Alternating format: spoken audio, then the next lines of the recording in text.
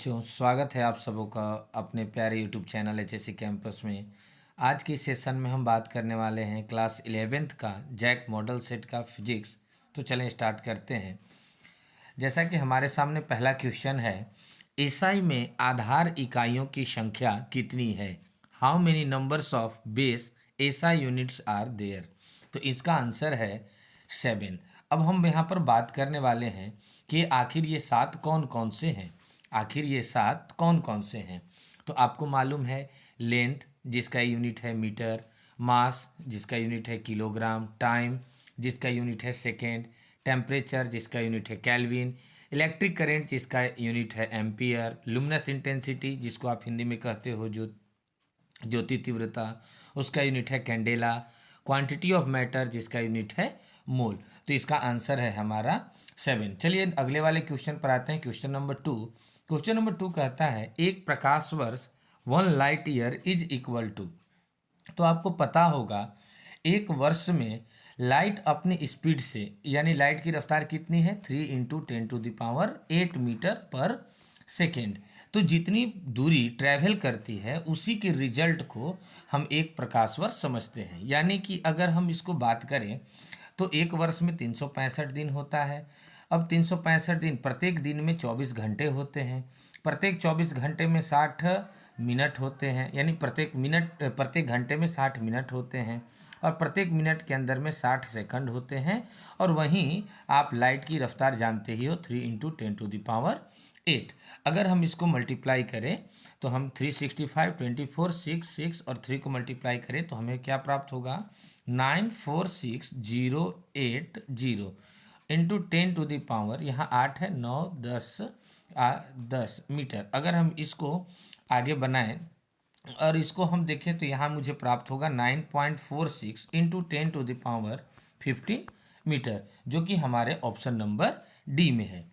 Okay, आगे बढ़ते हैं क्वेश्चन नंबर 3 पर। क्वेश्चन नंबर 3 कहता है गुरुत्वीय स्थिरांक का विमीय सूत्र है the dimensional formula of gravitational constant E. तो बच्चे आपको याद होगा कि ग्रेविटेशनल कांस्टेंट यानी जी इज इक्वल टू क्या होता था, फोर्स इंटू डिस्टेंस का स्क्वायर, फोर्स इंटू डिस्टेंस का स्क्वायर बटे मास इंटू मास। अब आपको फोर्स का तो याद होगा क्योंकि फोर्स इक्वल टू क्या होता है, मास इंटू एक्सेलरेशन। फोर्स का तो डायमेंशन फार्मूला याद होगा ना। फोर्स का डायमेंशन फार्मूला क्या होता था, mL/T-2। और डिस्टेंस हमने लिया तो डिस्टेंस के लिए हम क्या लेते थे, L। तो यहाँ पर स्क्वायर कर देंगे क्योंकि हमने क्या लिखा है, डिस्टेंस का स्क्वायर। ग्रेविटेशनल कांस्टेंट का फार्मूला अभी हमने लिखा फोर्स इंटू डिस्टेंस का स्क्वायर बटे मास इंटू मास। और मास के लिए हम डायमेंशन फार्मूला में m यूज करते हैं और यहाँ भी हम m। जब इसको हम सॉल्व करेंगे तो हमें क्या प्राप्त होगा, हमें प्राप्त होगा mL3T-2 और नीचे में m2। अगर हम इसे इसको काट देंगे तो मुझे प्राप्त हो जाएगा m-1 L3 और T-2, जो कि हमारे ऑप्शन नंबर सी में है, जो कि हमारे ऑप्शन नंबर सी में है। तो क्वेश्चन नंबर 3 का होगा हमारा ऑप्शन नंबर सी। आगे बढ़ते हैं क्वेश्चन नंबर 4 पर।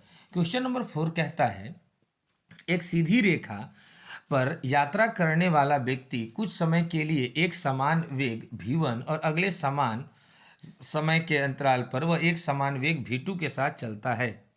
यानी कि एक पर्सन है जो यूनिफॉर्म वेलोसिटी v1 से चलता है और कुछ देर के बाद उसकी अगली वाली वेलोसिटी कितनी हो जाती है, v2 हो जाती है। तो उसकी एवरेज वेलोसिटी कितनी होगी?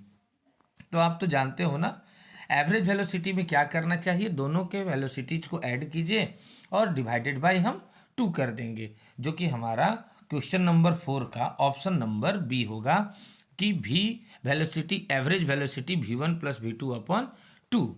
चलिए आगे बढ़ते हैं क्वेश्चन नंबर 5 पर। क्वेश्चन नंबर 5 कह रहा है कण के at the top of the trajectory of the projectile particle the acceleration is. कण के प्रक्षेप वक्र के शीर्ष पर त्वरण कितना होगा?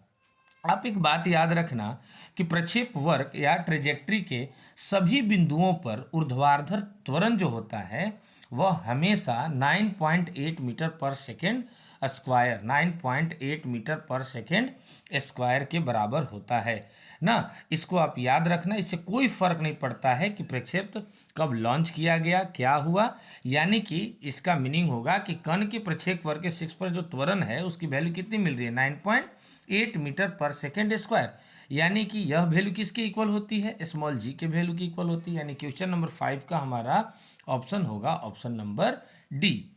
आगे बढ़ते हैं नेक्स्ट क्वेश्चन पर, क्वेश्चन नंबर 6।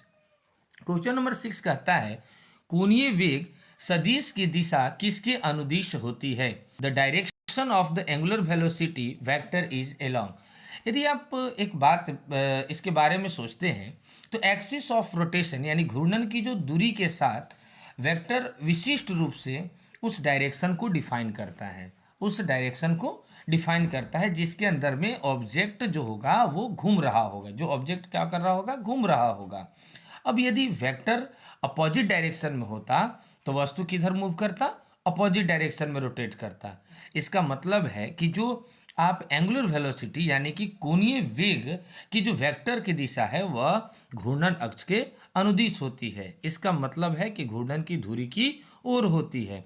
तो हमारा जो ऑप्शन होगा कोणीय वेग सदिश की दिशा किसके अनुदिश होगी, तो घूर्णन की धुरी की ओर, यानी कि एंगुलर वेलोसिटी डायरेक्ट का जो डायरेक्शन की बात करेंगे तो एक्सिस ऑफ रोटेशन, जो कि क्वेश्चन नंबर 6 का ऑप्शन होगा ऑप्शन नंबर डी। आगे बढ़ते हैं क्वेश्चन नंबर 7 पर। क्वेश्चन नंबर 7 कह रहा है प्रक्षेप का प्रक्षेप पथ यानी कि the trajectory of the projectile. तो यह होता है, यह जो पथ बनता है वह परवलय बनता है यानी कि पाराबोलिक बनता है। तो क्वेश्चन नंबर 7 का होगा ऑप्शन नंबर बी। आगे आते हैं क्वेश्चन नंबर 8 पर। क्वेश्चन नंबर 8 कहता है शून्य परिणाम देने वाले असमान सदिशों की न्यूनतम संख्या है, minimum number of unequal vectors which can give zero resultant R.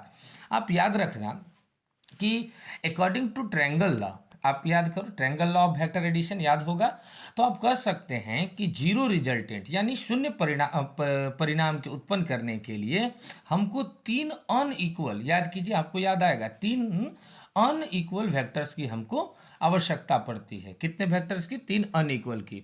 तो सवाल हमें कह रहा है कि शून्य परिणाम देने वाले असमान सदिशों की न्यूनतम संख्या यानी minimum number of unequal vector. तो इसका आंसर क्या होगा, इसका आंसर होगा ऑप्शन नंबर बी यानी कि 3। ठीक ना। आगे बढ़ते हैं क्वेश्चन नंबर 9 पर। क्वेश्चन नंबर 9 कह रहा है समतल में विरामावस्था में किसी पिंड पर लगने वाला घर्षण बल, the frictional force acting on a body at rest in a plane. अब देखें, चूंकि जो बॉडी रेस्ट में हो, जब बॉडी कैसा हो, रेस्ट में हो और कोई एक्सटर्नल फोर्स अप्लाई नहीं कर रहा हो, कोई एक्सटर्नल फोर्स अप्लाई नहीं कर रहा हो, तो फ्रिक्शन का मान क्या होगा, फ्रिक्शन की वैल्यू क्या होगी, शून्य होगी। फ्रिक्शन की वैल्यू क्या होगी, शून्य होगी, जो कि हमारे ऑप्शन नंबर डी में दिया हुआ है। तो क्वेश्चन नंबर 9 का होगा ऑप्शन नंबर डी। इसी प्रकार से हम आगे बढ़ते हैं क्वेश्चन नंबर 10। क्वेश्चन नंबर 10 कह रहा है 4 केजी और 5 किलोग्राम द्रव्यमान वाले 2 पिंड, यहाँ पर 2 मास दिए गए हैं। M1 दिया गया है 4 केजी का और M2 दिया गया है 5 केजी का। 2 पिंड दिए गए हैं, एक ही बल लगाया जाता है, यानी दोनों पर जो फोर्स है वो क्या है, इक्वल है। हल्के पिंड पर, हल्का पिंड यानी कि ये वाला दिया गया है, इस पर तो जो एक्सेलरेशन दिया गया है वो 2 मीटर पर सेकेंड स्क्वायर का दिया गया है। तो भारी पिंड का त्वरण क्या होगा। अब देखिए दोनों बॉडी पर जो फोर्स है वो इक्वल लगा हुआ है और आप एक फार्मूला पढ़े होंगे ना, F is equal to M A, F is equal to M ए।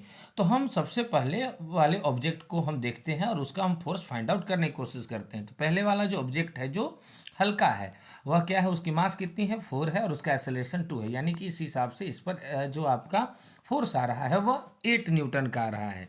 जब हम सेकेंड वाले टर्म को देखते हैं, दूसरा ऑब्जेक्ट को, तो वहाँ क्या मिलेगा, वहाँ भी तो हम F is equal to M A ही यूज करेंगे। लेकिन अबर बार यहाँ हुआ क्या कि दोनों का फोर्स सेम है। इसका मतलब जो पहले वाले का फोर्स आया था 8 न्यूटन वो सेकेंड वाले का भी है। मास मुझे दिया हुआ है, ज़रूरत मुझे एक्सेलरेशन की है, तो एक्सेलरेशन यहाँ हमें क्या मिल जाएगा, एक्सेलरेशन इज इक्वल टू 8/5। जब हम इसे डिवाइड करेंगे तो मुझे रिजल्ट मिलेगा 1.6 मीटर पर सेकंड स्क्वायर, जो कि हमारे ऑप्शन नंबर सी में है। तो क्वेश्चन नंबर 10 का होगा ऑप्शन नंबर सी। नेक्स्ट बढ़ते हैं क्वेश्चन नंबर 11 पर। क्वेश्चन नंबर 11 कह रहा है किसी पिंड का द्रव्यमान जो उस पर लगने वाले बल और पिंड में उत्पन्न त्वरण के अनुपात के बराबर है। The mass of a body which is equal to the ratio of the force acting on a body to the acceleration produced in the body is. तो बाबू इसको बोलते हैं जड़त्वीय त्वरण। जड़त्वीय त्वरण जो होता है किसी पिंड के द्रव्यमान यानी कि जो मास होता है और उस पर जो फोर्स अप्लाई होता है, लगने वाला जो बल होता है और उस पर जो एक्सेलरेशन होता है उसका रेशियो होता है, जो कि हमारा ऑप्शन नंबर डी में है। क्वेश्चन नंबर 11 का होगा ऑप्शन नंबर डी यानी कि इनर्शियल मास। आगे बढ़ते हैं क्वेश्चन नंबर 12 पर। क्वेश्चन नंबर 12 कहता है फायरिंग से पहले बंदूक और गोली का रेखीय संवेग क्या है? What is the linear momentum of the gun and bullet before firing?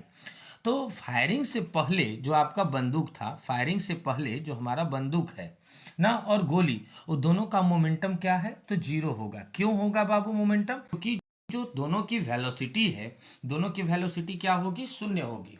क्योंकि जब जो हमारा गन है और जो गन के साथ जो गोली है, बंदूक है, दोनों के स्थिति को करें तो शुरुआत में दोनों क्या है? रेस्ट पोजीशन में, यानी कि उनकी वेलोसिटी क्या है? शून्य है। तो उनका रेखीय संवेग क्या होगा? शून्य होगा। तो क्वेश्चन नंबर 12 का ऑप्शन होगा ऑप्शन नंबर सी। आगे बढ़ते हैं क्वेश्चन नंबर 13 पर। क्वेश्चन नंबर 13 कहता है क्रिया एवं प्रतिक्रिया, एक्शन एंड रिएक्शन। तो एक्शन एवं एक्शन एंड रिएक्शन क्या है बाबू? तो ये दो अलग अलग निकायों पर कार्य करता है। ये आप पढ़े होंगे, आपको याद होगा, act on two different bodies.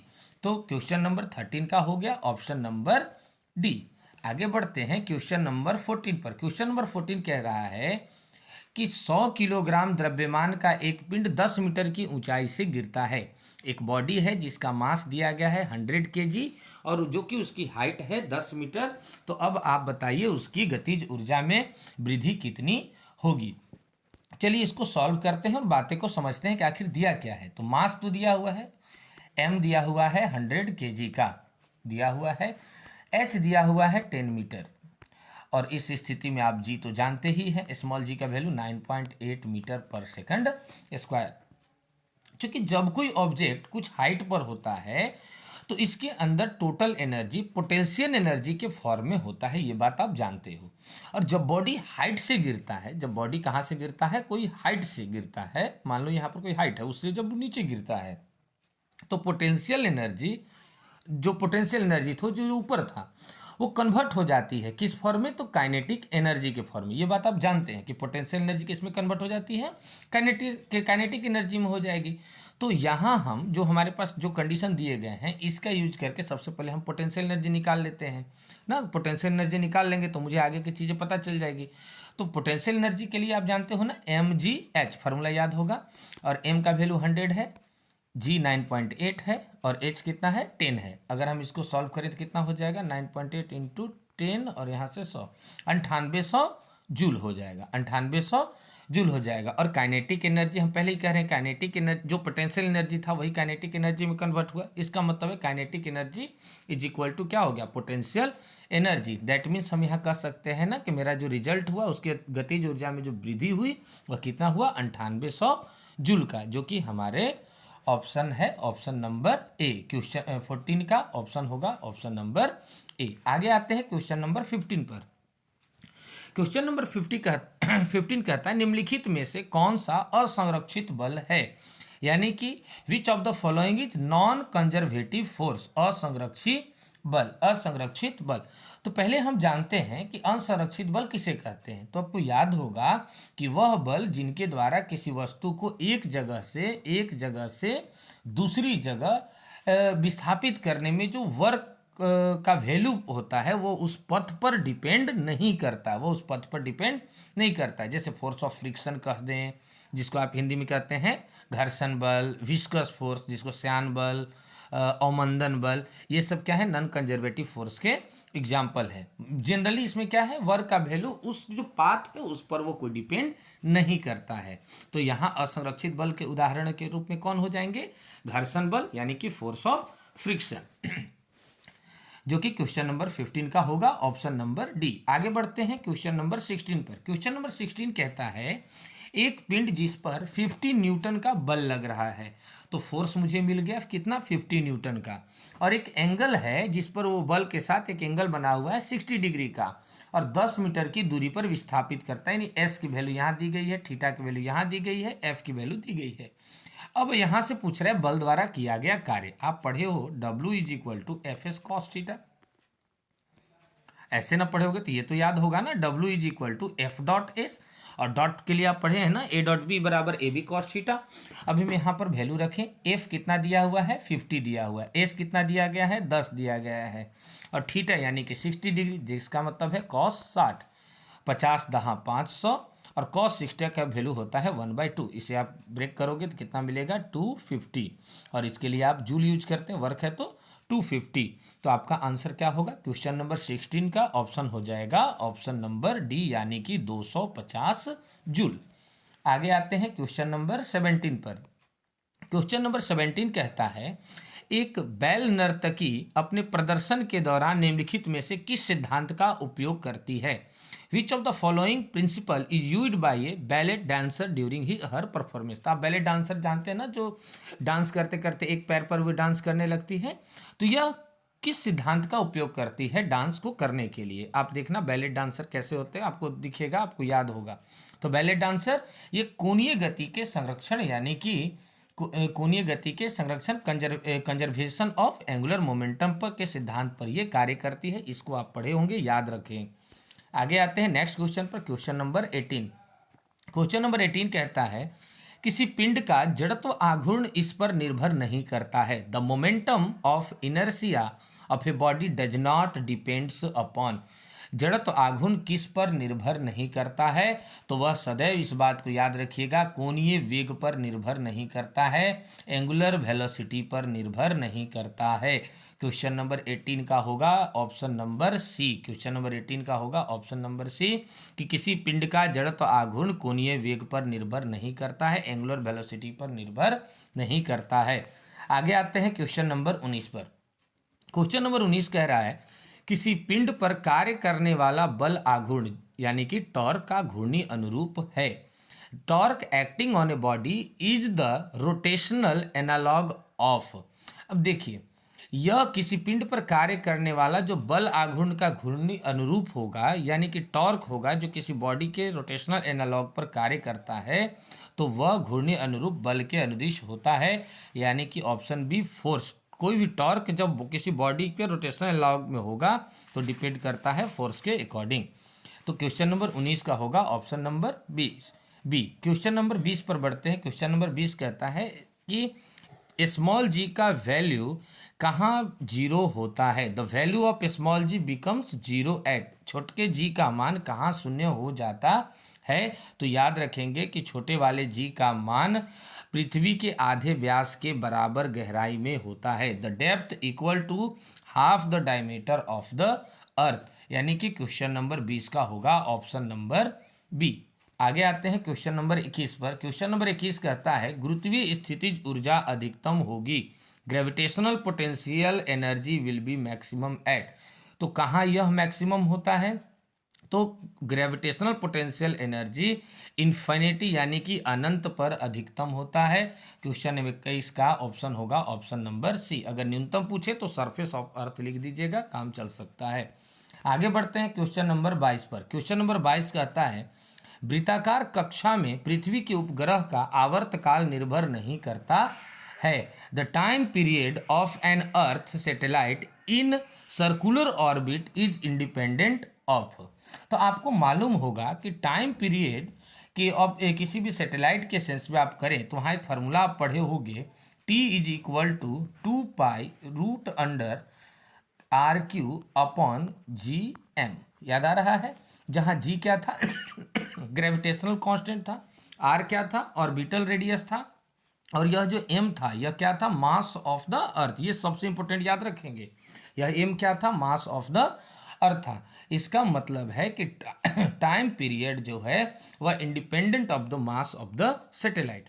तो यहाँ हमारा ऑप्शन होगा कौन सा, मास ऑफ द सैटेलाइट। तो जो कि हमारा क्वेश्चन नंबर 22 का होगा option number A, the mass of the satellite. Formula आप याद रखना, क्या था फार्मूला, फिर से याद रखिए, T is equal to 2 pi root under R cube बटे G M, capital G M. G क्या था, ग्रेविटेशनल कांस्टेंट, और यह एम क्या था, मास ऑफ अर्थ, जिससे कि जो सैटेलाइट का मास था वो क्या था, इंडिपेंडेंट था। आगे आते आगे आते हैं क्वेश्चन नंबर 23 पर। क्वेश्चन नंबर 23 कह रहा है, एक खींचे हुए तार में प्रति इकाई आयतन संग्रहित प्रत्यास्थ ऊर्जा, the elastic energy stored per unit volume in a straight wire is. तो एक खींचे हुए तार में पर यूनिट वॉल्यूम में स्टोर्ड इलास्टिक एनर्जी जो होती है, स्टोर्ड इलास्टिक एनर्जी यानी कि हम यू, वो क्या होता है, 1/2 इंटू स्ट्रेस इंटू स्ट्रेन होता है, strain 1/2 into stress into strain ना। तो हम 1/2 इंटू स्ट्रेस का स्क्वायर अपॉन वाई, जो कि वाई इक्वल टू क्या होता है, स्ट्रेस अपॉन स्ट्रेन। तो यहाँ देखें आपका कौन सा ऑप्शन में ऐसा फार्मूला मिल रहा है, तो ये हो गया ऑप्शन नंबर, और ये हो गया ऑप्शन नंबर बी में, यानी कि क्वेश्चन नंबर 23 का होगा ऑप्शन नंबर बी। आगे आते हैं क्वेश्चन नंबर 24 पर। अब क्वेश्चन नंबर 24 कह रहा है, the breaking stress of a wire of unit cross section is, इकाई अनुप्रस्थ काट क्षेत्रफल के तार के लिए टूटने वाले बलाघात को कहा जाता है। तो इस पॉइंट को क्या कहा जाता है, breaking stress of a wire of unit cross section क्या कहा जाता है, तो उसी को हम तनन सामर्थ्य यानी कि टेंसाइल स्ट्रेंथ कहा करते हैं, टेंसाइल स्ट्रेंथ कहा करते हैं। ये डेफिनेशन आप याद रखना कि टेंसाइल स्ट्रेंथ किसे कहते हैं, तो किसी भी यूनिट क्रॉस सेक्शन एरिया के अंदर में जो तार टूटने वाले जो बलाघात होगा उसी का नाम हम तनन सामर्थ्य या टेंसाइल स्ट्रेंथ के नाम से जानते हैं। आगे बढ़ते हैं क्वेश्चन नंबर 25 पर। नंबर 25 का द विस्कोसिटी ऑफ, श्यानता है। तो श्यानता के लिए बस एक ही बात याद रखना कि तापमान में वृद्धि के साथ तरल पदार्थ की कम हो जाती है, जो कि ऑप्शन नंबर डी कह रहा है। Liquid decreases with increase in temperature, तो क्वेश्चन नंबर 25 का होगा ऑप्शन नंबर डी। कुछ क्वेश्चन देखिए बाबू बहुत हल्का है, जिसको डायरेक्ट ऑप्शन से भी बनाया जा सकता है, कुछ क्वेश्चन थोड़ा टफ है जिसको डिफाइन करने की जरूरत है। तो हम लोग कोशिश करेंगे एक एक क्वेश्चन को समझते हुए बढ़ रहे हैं। आगे आते हैं क्वेश्चन नंबर 26। क्वेश्चन नंबर 26 कह रहा, water can rise up to the height h in a capillary tube if the tube is cut to half its size, the water in the tube will.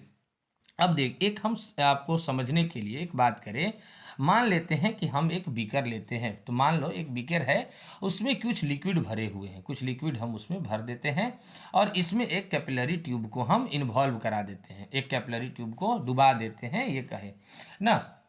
तो liquid की जो beaker में liquid की सतह की तुलना में अब ऊपर तो उठेगा। अब आप एक फार्मूला पर विचार कीजिए, जो पहले आप फार्मूला पढ़े होंगे, H is equal to 2 sigma upon rho small G capital R, ये फार्मूला याद कीजिए। और ये आप यहाँ देखते हैं कि ये जो फार्मूला है, इस फार्मूला में 2 सिग्मा अपॉन रो जी है, ये स्मॉल जी है, यह कांस्टेंट है। अब ये कांस्टेंट है और फार्मूला आप क्या लिखे थे याद कीजिए, H इज इक्वल टू, यहाँ पर R था। इसका मतलब क्या है, अर्थात आपके हिसाब से R जो है वह डायरेक्टली प्रोपोर्शनल है 1/H का, डायरेक्टली प्रोपोर्शनल है 1/H का। इसका मतलब है कि हाइट क्या हो जाती है, कम हो जाती है, तो इसका त्रिज्या क्या हो जाता है, बढ़ जाता है। हाइट कम होगा तो त्रिज्या क्या हो जाएगी, बढ़ जाती है। इसका मतलब बस इतने समझिएगा, हाफ हुआ का हुआ नहीं मालूम है, बस इतना समझ जाना कि इसकी त्रिज्या बढ़ जाती है तो पानी कैपिलरी ट्यूब के कहाँ जाएगा, जो कैपिलरी ट्यूब था उसके टॉप पर पड़ेगा, भाई टॉप पर पहुंचेगा ना। अब टॉप पर तो पहुंचेगा लेकिन रेडियस क्या हो गया है, बढ़ गया है, तो ऊपर तक तो पहुंचेगा, टॉप तक तो पहुंचेगा लेकिन ओवरफ्लो नहीं करेगा। टॉप पर पहुंचेगा लेकिन ओवरफ्लो नहीं करेगा, लेकिन मतलब ऊपर से नहीं बहेगा, ऊपर तक जाएगा लेकिन बहेगा नहीं, यानी कि नॉट ओवरफ्लो, जो कि हमारा ऑप्शन नंबर बी में है। तो 26 का होगा ऑप्शन नंबर बी, ऊपर से नहीं बहेगा। आगे बढ़ते हैं क्वेश्चन नंबर 27 पर। क्वेश्चन नंबर 27 कह रहा है, 60 गुना 10 के पावर -3 मीटर स्क्वायर अनुप्रस्थ काट क्षेत्रफल का एक गोलाकार खंभा 60 किलो के भार को सहारा देता है। खंभे पर कितना दाब पड़ता है? देखिए यहाँ पर एरिया ऑफ क्रॉस सेक्शन दिया हुआ है 60 इंटू 10⁻³ मीटर स्क्वायर ना, और वेट दिया हुआ है। वेट कितना दिया हुआ है? 60 किलो का वेट दिया गया है, या 60 किलो का वेट दिया गया है, यानी कि 60 गुना 9.8 गुना करेंगे कितना आ जाएगा? 588 न्यूटन। तो 588 न्यूटन का आपके पास क्या पहुंच गया? फोर्स ना। अब आप प्रेशर के लिए फार्मूला पढ़े होंगे, प्रेशर के लिए फार्मूला पढ़े होंगे, P इज इक्वल टू क्या होता है? F upon A। अब F कितना अभी आप निकाले थे? 588, और A कितना दिया हुआ है? 60 गुना 10 के पावर -3। अब आप 60 से 588 को डिवाइड कर दीजिए, तो 60 से 588 को डिवाइड करेंगे 6 9 54, तो आएगा हमारे पास 9 दशमलव कितना आ जाएगा? 9 आ गया, तो ऑप्शन 2 है। अगर 10 टू द पावर नीचे -3 था, ऊपर आएगा, तो 9.8 इंटू 10⁻³ न्यूटन मीटर पर स्क्वायर कर सकते हैं, जो कि हमारा क्वेश्चन नंबर 27 का होगा, option number A. 9.8 into 10⁻³ newton metre square. आगे बढ़ते हैं, न्यूटन पर मीटर स्क्वायर। क्वेश्चन नंबर 28 पर आते हैं। क्वेश्चन नंबर 28 कह रहा है, जब पानी को 0 डिग्री सेल्सियस से 4 डिग्री सेल्सियस तक गर्म किया जाता है तो पानी का आयतन क्या होता है? When water is heated from 0 से 4, तो वॉल्यूम ऑफ वाटर इज। अब बात याद रखिएगा कि जब वाटर को 0 डिग्री सेल्सियस से गर्म किया जाता है, मतलब अधिक 4 डिग्री सेल्सियस तक, तो इसका जो वॉल्यूम होता है वह कम होता है। वॉल्यूम क्या हो जाता है? कम हो जाता है, क्योंकि इसकी डेंसिटी क्या हो जाती है? बढ़ जाती है। इसकी डेंसिटी क्या हो जाती है? बढ़ जाती है। याद रखेंगे बस इतना बात को, वॉल्यूम कम हो जाता है और डेंसिटी बढ़ जाता है, तो पानी का वॉल्यूम क्या होगा? वाटर का वॉल्यूम क्या होगा? डिक्रीज हो जाता है, घटता है। तो 28 का होगा ऑप्शन नंबर बी। वॉल्यूम क्या हो जाता है? कम हो जाता है, और डेंसिटी क्या हो जाती है? बढ़ जाती है। आगे आते हैं, क्वेश्चन नंबर 29 बोल रहा है, ratio of coefficient of linear volume and area expansion is. बाबू ये डेरिवेशन काफ़ी बड़ा था, इसका आप याद रखना, जस्ट 1:3:2 होता है ना। अल्फ़ा बीटा गामा से इसको आप सॉल्व किए होंगे। Alpha ratio beta ratio gamma वाला फार्मूला याद कीजिए, जिसमें हम लोग इसको सॉल्व किए थे। काफ़ी लंबा बनता है, पहले भी हमने इस पे को सॉल्व कराया था। आगे बढ़ते हैं, तो क्वेश्चन 29 का ऑप्शन नंबर ए होगा, याद रखेंगे 1:3:2। कभी कभी ये बाबू याद रखना, ये वाला चेंज कर देता है, आगे पीछे कर देगा, तो रेशियो आप उसी के अकॉर्डिंग बैठाइएगा कि कौन आगे दे रहा है कौन पीछे दे रहा है। आगे आते हैं क्वेश्चन नंबर 30 पर। क्वेश्चन नंबर 30 कह रहा है, उष्मागतिकी का 0वां नियम किस अवधारणा की ओर ले जाता है? The zeroth law of thermodynamics leads to the concept of. तो इसका आंसर याद रखना है कि उष्मागतिकी का 0वां नियम जो होगा वह तापमान की ओर ले जाता है, leads to the concept of temperature. तो क्वेश्चन नंबर 30 का होगा ऑप्शन नंबर डी। आगे आते हैं क्वेश्चन नंबर 31 पर। क्वेश्चन नंबर 31 कह रहा है कि मेयर्स फार्मूला कौन सा होता है? तो आप याद करो, मेयर्स फार्मूला पढ़े होंगे, CP - CV is equal to R. CP - CV is equal to R, जो कि क्वेश्चन नंबर 31 का ऑप्शन नंबर डी में है। कोई तो डायरेक्ट एकदम से क्वेश्चन उठा करके दे दिया है, जो बुक में एनसीईआरटी में लाइन बाय लाइन दे दिया है। आपको ज़रूरत है बुक के हिसाब से पढ़ते हुए चलना है, काफ़ी अच्छा होगा, और कोशिश कीजिए एक एक चीज़ की तैयारी ज़बरदस्त हो। अब कह रहा है उष्मागतिकी का प्रथम नियम दर्शाया गया है। उष्मागतिकी का प्रथम नियम तो आपको याद ही है, वो उष्मागतिकी का जो डेफिनेशन था, उस डेफिनेशन से आपने एक डेरिवेशन तैयार किया होगा, और डेरिवेशन में आपको मिला ही था DQ is equal to DU plus PdV, जो कि आपके क्वेश्चन नंबर 32 के ऑप्शन नंबर ए में हूबहू दे दिया है। आगे बढ़िए क्वेश्चन नंबर 33 में। क्वेश्चन नंबर 33 कह रहा है, average kinetic energy of molecules is. अणुओं की औसत गतिज ऊर्जा है। तो अणुओं की औसत गतिज ऊर्जा क्या होती है बाबू? Directly proportional to the absolute temperature, निरपेक्ष तापमान के सीधे अनुक्रमानुपाती। क्वेश्चन नंबर 33 का होगा ऑप्शन नंबर बी। आगे आते हैं क्वेश्चन नंबर 34 पर। क्वेश्चन नंबर 34 कह रहा है एक गैस आदर्श गैस की तरह व्यवहार करती है। A gas behaves as an ideal gas is. तो वह कैसे व्यवहार करती है? Low pressure and high temperature पर, निम्न दाब और उच्च तापमान पर। ये सब क्वेश्चन एकदम रटा मारिए, रट जैसे आप एनसीईआरटी में पढ़े होंगे, आपको नोट्स में कराया गया होगा, उसको एकदम याद करते चलिए, डायरेक्ट इसका आंसर होगा। क्वेश्चन नंबर 34 का हुआ ऑप्शन नंबर बी। आगे आते हैं क्वेश्चन नंबर 35 पर। तो क्वेश्चन नंबर 35, निम्नलिखित में से विच of the following function represent a simple harmonic oscillation. निम्न में से कौन सा फंक्शन एक सरल हार्मोनिक दोलन का प्रतिनिधित्व करता है? तो ये तो फॉर्मूला ही है बाबू, sine omega T minus cos omega T, जो कि क्वेश्चन नंबर 35 का ऑप्शन हुआ ऑप्शन नंबर डी। आगे आते हैं क्वेश्चन नंबर 36 पर। क्वेश्चन नंबर 36 कह रहा है बैठकर झूला झूल रहा एक बच्चा खड़ा हो जाता है, तो झूले की आवर्तकाल में एक बच्चा है जो झूला झूलते हुए खड़ा हो जाता है। बाबू एक फार्मूला आप पढ़े होंगे, याद करना, तो T is equal to 2π√L/g। यहाँ जो L है यह इफेक्टिव लेंथ है, यह L क्या है? इफेक्टिव लेंथ है किसका? सिंपल पेंडुलम की, क्योंकि वह जो बच्चा मूव कर रहा है ना, वह एक सिंपल पेंडुलम की तरह मूव कर रहा है। पहले ही बता रहा है झूला झूल रहा बच्चा। तो सिंपल पेंडुलम की जो लेंथ होती है वह सस्पेंशन पॉइंट जो होगा, सस्पेंशन पॉइंट उसकी दूरी से क्या होता है? इक्वल होता है।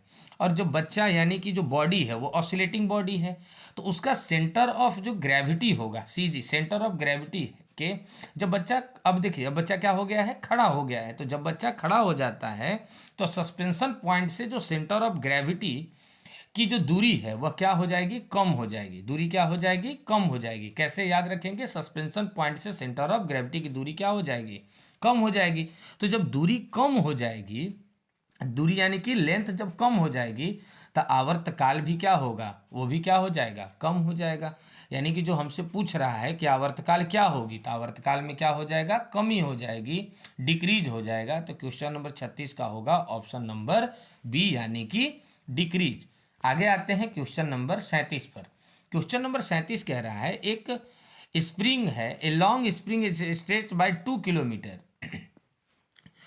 2 किलोमीटर, पोटेंशियल एनर्जी भी, तो पोटेंशियल एनर्जी इसका भी दिया गया। If the spring is stretched by 10 kilometre, the potential energy stored it will be. एक स्प्रिंग है जो 2 किलोमीटर लंबा खींचा गया है, इसकी स्थितिज ऊर्जा भी है। यदि स्प्रिंग को 10 किलोमीटर तक खींचा जाए तो इसमें संग्रहित स्थितिज ऊर्जा क्या होगी? तो देखिए आप फार्मूला पढ़े होंगे 1/2 kx², याद आ रहा है ना। अब इस फार्मूला का यूज करके अगर हम देखें तो मान लेते हैं कि एक पहला बार में हम V1 ले लेते हैं और सेकेंड टाइम को V2 ले लेते हैं। तो क्या हो रहा है, क्योंकि हम दोनों के लिए पोटेंशियल एनर्जी की बात कर रहे हैं और यहाँ हमें भी दिया हुआ है लेने के लिए, तो एक को हम V2 है, एक को हम V1 ले लेते हैं। डिस्टेंस के लिए अगर हम बात करें तो डिस्टेंस में क्या होगा? एक को हम x2 कर देते हैं और एक को x1 कर देते हैं होल स्क्वायर। अब देखिए x2 में कितना दिया गया था? 10, और पहले से कितना था? 2 था। इसका हम करते हैं स्क्वायर, तो कितना मिलेगा? 5। तो 5 का स्क्वायर कितना हो गया? 25। अब देखिए हम एक को हम भी मान लेते हैं, तो यहाँ पर मेरा क्या होगा? 25 होगा, यानी कि V2 होगा, V2 इज इक्वल टू क्या मिल जाएगा? 25 भी। तो जो अगला वाला जो संग्रहित ऊर्जा होगा वह कितना मिलेगा? 25 भी मिलेगा, जो कि हमारे ऑप्शन नंबर डी में है, ऑप्शन नंबर डी में। आगे आते हैं क्वेश्चन नंबर 38। क्वेश्चन नंबर 38 कह रहा है वायु में ध्वनि प्रसार की घटना है। तो वायु में ध्वनि प्रसार की जो घटना है, the phenomenon of sound propagation is air is, तो वह क्या है? रुद्धोष्म प्रक्रिया है, अबाइटिक एडियाबाइटिक प्रोसेस है, यानी रुद्धोष्म प्रक्रिया है। तो क्वेश्चन नंबर 38 का होगा ऑप्शन नंबर बी। अगला आते हैं क्वेश्चन नंबर 39 में। 39 कह रहा है तनी हुई डोरी में प्रथम हार्मोनिक, द्वितीयक हार्मोनिक और तृतीयक हार्मोनिक की आवृत्तियों का अनुपात है। In a stretch string the frequency of first harmonic, second harmonic and third harmonic are in the ratio of. तो इसका बाबू बढ़िया से याद रखिएगा, जब प्रथम हार्मोनिक, द्वितीयक हार्मोनिक और तृतीयक बोले तो बस याद रखिएगा 1:2:3, 1:2:3। तो क्वेश्चन नंबर 39 का होगा ऑप्शन नंबर सी।